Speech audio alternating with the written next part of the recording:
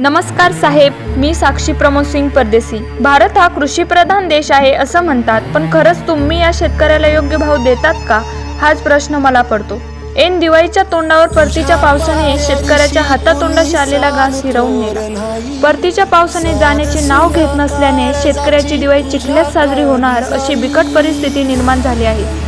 गेल्या 2 दिवसापासून दिलासा मिळाल्याने अनेक शेतकऱ्यांनी कापणीच्या कामात हात घातला होता। मात्र रात्री अचानक खूप पाऊस आला आणि ढगफुटी झाली।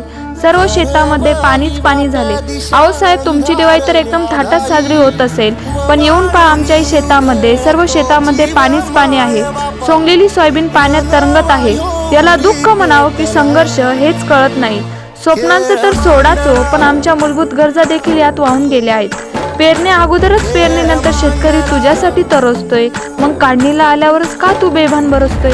अहो, पंचनामे करण्यासाठी सुद्धा आमच्या शेतात कोणी येत नाही, आणि आले तर म्हणतात तुमचं काय नुकसान झाले आहे। माझ्या वडिलांचा तो बेभान चेहरा पाहून आम्हाला सुद्धा खूप दुःख होते। खरं तर काल घरी येत असताना एका व्यक्तीने मला विचारलं, झाली का शॉपिंग? म्हटलं, आमची कुठं शॉपिंग? अहो साहेब, तुम्ही तर मस्त नवीन कपडे घेतले असतील, लाडू पेढे केले असेल, पण पहा जरा ह्या गरीबाकडे। मी वडिलांना बोलले की मला कॉलेजची फी भरायची आहे। वडिलांचा तो दुःखद चेहरा होता। एवढे टेन्शन होते तरी वडील बोलले की सोयाबीन काढल्यावर भरू। वडिलांनी काय काय करायचे, शेतात पिकलेले पीकही येत नाही, बँकेकडून कर्ज काढून आमचं शिक्षण करत आहे। अहो साहेब, तुमची मुलं तर एसीच्या कारमध्ये हिंडतात, तुम्हाला हवं तेथे मान सन्मान मिळतो, परंतु माझ्या शेतकऱ्याचा हवं तेथे निराधार केला जातो। शेतकऱ्यांनी कसं जगायचं, हाच प्रश्न आता मला पडतो। कॉलेजवाले बोलतात की फी भरा, तसं एक्झामला बसता येणार नाही। वडिलांनी पहिलंच कर्ज घेऊन बहिणीचं लग्न केलंय, आता पुन्हा एवढे पैसे आणायचे कुठून?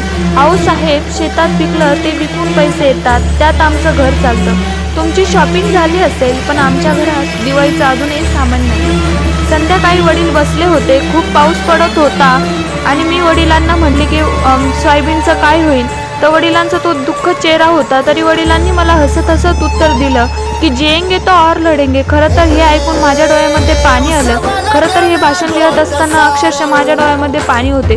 खरं तर इयत्ता 5वी असताना मी ती भालेराव सरांची कविता मला आठवते। शेतामध्ये माझी खोप, तिला बोराटीची झाप, तिथे राबत कष्ट तो माझा शेतकरी बाप।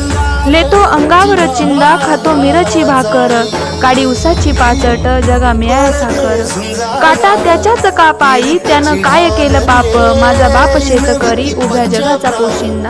मी 5वीत असलेली ऐकलेली शेतकऱ्याची गाथा आणि माझ्या आजच्या वास्तविकतेमध्ये असलेल्या बापाची व्यथा अजिबात बदललेली नाही।